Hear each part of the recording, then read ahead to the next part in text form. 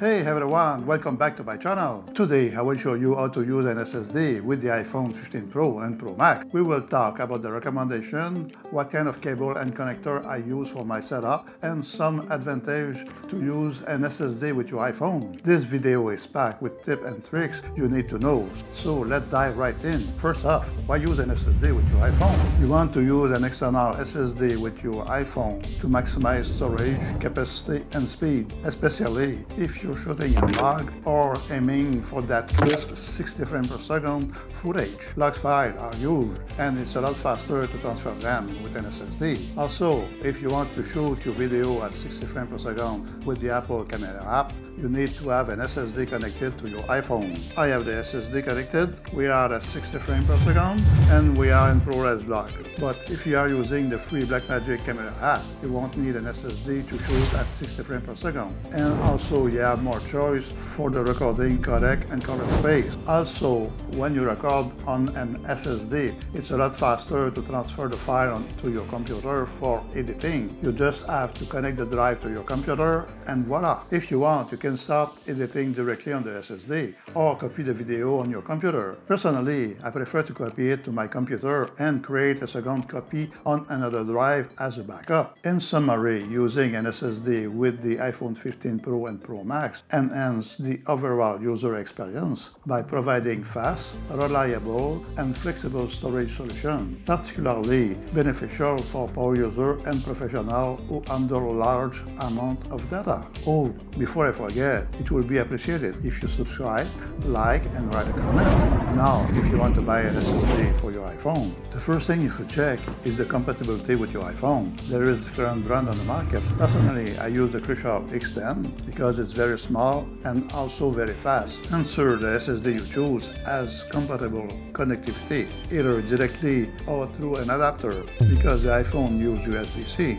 The SSD should be compatible with the iOS version running on the iPhone. Most modern SSD are, but it's always good to verify. Check for SSD that support USB 3 or higher to ensure fast data transfer rate. iPhone have limited power output for external device or for SSD that do not require external power or can operate with the power provided through the iPhone port. You need to format the SSD in a file system that is compatible with iOS. Formats like exFAT are typically recommended for compatibility across both Windows and macOS, and it must not be password encrypted because I will only use Apple product. I have formatted my SSD with APFS. You should choose the right storage capacity for your SSD. SSD come in various storage capacity from 128 GB to 2 TB like this one, and more. Choose based on your storage need and budget. Content creator might need larger capacity, while general user might be fine with smaller size. Now let's talk about the read and write speed. The speed of the SSD is crucial for tasks like video editing. Look for SSD with high read and write speed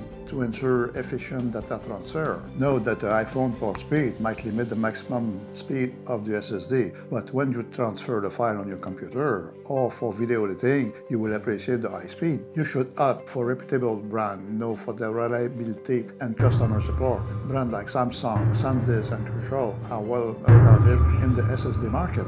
iPhone 15 and Pro Max support fast USB 3 Gen 2 speed up to 10 gigabit per second when using an optional USB 3 cable. Be aware the USB-C cable included with your phone is limited to 480 meg per second. That's USB 2 speed and more than 20 times slower than the maximum speed available. Connected to that, the external drive must be able to write at speed of at least 220 MB per second with a USB 3 cable with 10 GB per second transfer field. But that 220 MB per second must be sustained speed, not burst speed. In case a slower external drive is connected, a slow recording speed message may be displayed. Based on those requirements, there are a lot of drives that theoretically work with this feature. The X10 is very small, lightweight, and very fast to transfer file to my computer. Don't forget, when you have an SSD connected to your phone, the battery will drain a lot faster. Now we are ready to connect the iPhone to the SSD. We're going to use the cable that comes with the hard disk. First I connect it to the iPhone, and after that I will connect it to the SSD in the USB port on it. When it's connected, you're going to see a small light here, just right here. If you use the Apple Camera app, When you start recording, it will create its folder structure on the drive, DCIM, like this one. If you use the BlackMagic camera app, I suggest creating a folder to save the file from the application in it, like this one.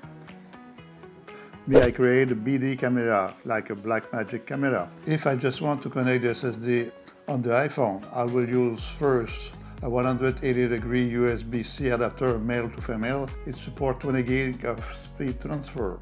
So I connect it to the iPhone. I will remove the old one first. I connect it to the iPhone. It'll be like this. After, to connect the 180-degree to the SSD, I will use a male-to-male adapter, like this one. Don't forget, you have a small arrow here. This arrow should point to the SSD.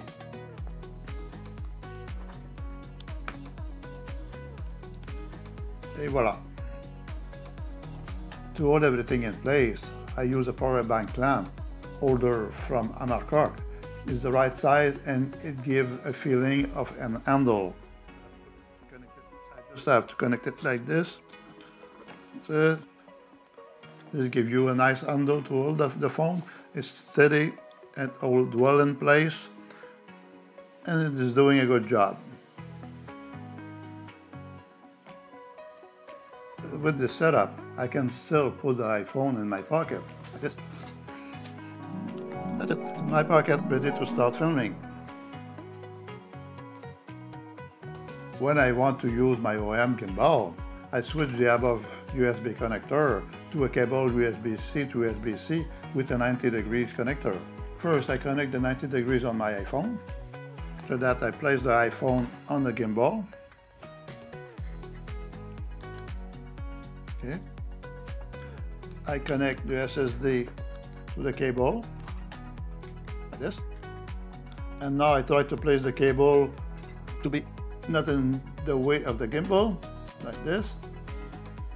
And the last thing I have to do is just to balance the gimbal. It's well balanced. Okay, and now like this, I just start the gimbal. See, setup is done, everything's working well.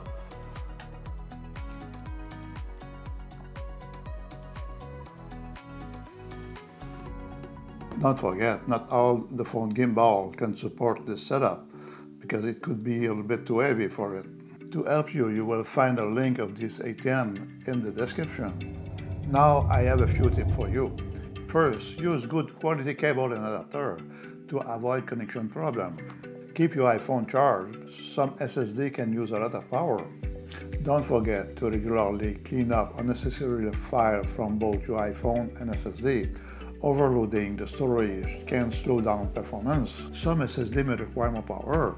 Use an external SSD power source or a powered USB hub if needed, especially during prolonged use. If your SSD is ejecting unexpectedly, this can be due to insufficient power supply. Use an external power source if available, or you can check any physical damage to the cable, adapter, or SSD connector. Your SSD can heat up during extended use. Ensure it's in a well-ventilated area. If overheating persists, disconnect the SSD and allow it to cool down before reconnecting. And important, avoid removing the SSD while transferring data because it will corrupt file. That's all for today. Don't forget to subscribe. Thank you and see you next time. Bye!